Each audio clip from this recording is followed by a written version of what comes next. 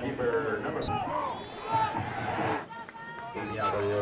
9, Ronaldo Mata. Right now at 10:30, a possible government shutdown could be on the horizon. As Jason Carl tells us, avoiding the shutdown all comes down to the border wall. Brownsville police are warning about a scheme targeting Valley residents. The IRS debt collectors are now calling people who owe back taxes. We've told you in the past the IRS will never call you, but a new program now allows the IRS to do so. The calls will be coming from the private debt collector firms. An autopsy was ordered to determine the woman's cause of death. However, foul play is not suspected. The body was discovered by a passerby this morning near Boca Chica Boulevard and Billy Mitchell. The opening of Progresso's new fire department is being delayed about a month. New statistics show the number of deportations under President Trump versus former President Obama, what the new numbers show. But first, now even though Tropical Storm Nate is thousands of miles away from the Rio Grande Valley, we are seeing the impact through our Gulf Coast. Let's take a look at your daily planner. We start off the morning at 66 degrees, and then by noon, they go up 12 degrees at 78 degrees, and then by 5 o'clock, 83 degrees. So let's take a look at what your rain chances for the next few days will look like. 40% chance of some isolated showers on Thursday, and then by Friday and Saturday, they drop down to 20%. So just because you see some rain doesn't mean that your neighbor will see some rain. That's what that 20% chance of spotty showers means. Our satellite and radar, we continue to see some isolated showers throughout the Rio Grande Valley. Monday, things are going to be dry, but by Tuesday, a cool front comes in through the afternoon, bringing in some isolated and thunderstorms. We're going to continue to see dry conditions throughout Friday, maybe a spotty shower throughout the weekend. Now tonight, we're going to look at temperatures in those 70 degrees with mostly clear skies. And by tomorrow, mostly sunny with, look at this, hot and humid tomorrow. The next 7 days, this is what your forecast will look like. Temperatures are slowly going to go back up into those 90s by Monday. We're going to continue to see some spotty and isolated showers because of the sea breeze that will be coming in, and thanks to another cold front that will be making its way through the Rio Grande Valley.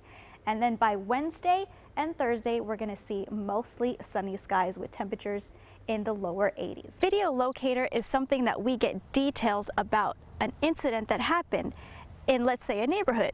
We don't know the exact address of where this happened, but we do know the street. So what we do is we go out and we shoot the neighborhood. Houses, mailboxes, trash cans, street signs, anything that pertains to where this incident happened. Now, you always want to keep an open mind about these video locators, because sometimes these locators can turn into a story. Every so often in our newscast, you're going to see reporters in their stand-ups. So what are stand-ups? Stand-ups is when a reporter stands in front of the camera and gives you a brief explanation of some information. It's a different way of telling the story. The more creative these reporters are, the more entertained you are. Bright stadium lights with the sounds of the crowds cheering, bands playing, cheerleaders cheering, and football teams getting pumped up. These sounds only mean one thing. It's time for high school football. Just because my eyes and ears are behind the camera doesn't mean I'm shielded from emotions of someone who's suffering from a tragedy. And this is how a team works together to make sure one weather live shot looks like magic. And as we end my perspective with a few selfies for our social media pages, and I shot all of these highlights in my boots. For a photographer's perspective, I'm Elette Garza for Channel 5 News, Sunday, 10:30. 30 years ago, on this busy intersection of Mile 5 and Bryan Road, changed many lives, leaving a scar on many people's hearts, including 2 of our photojournalists who captured history as it was happening in front of their eyes.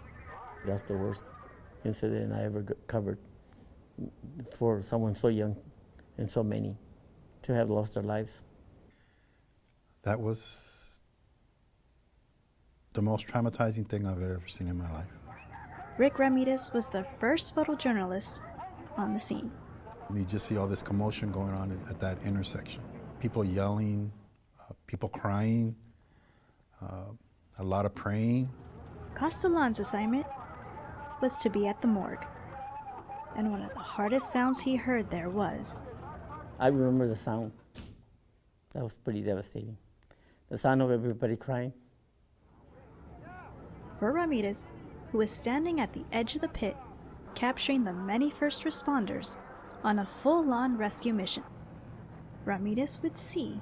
And I saw this mom, and she was praying and looking for answers.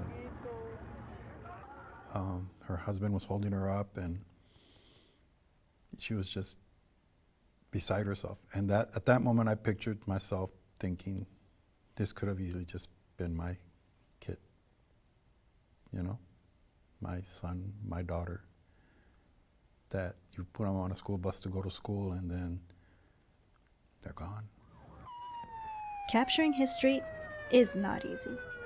Nowadays, it's portrayed as fake news. As a video journalist, you want to record moments that make people aware of what's going on, keep people informed. And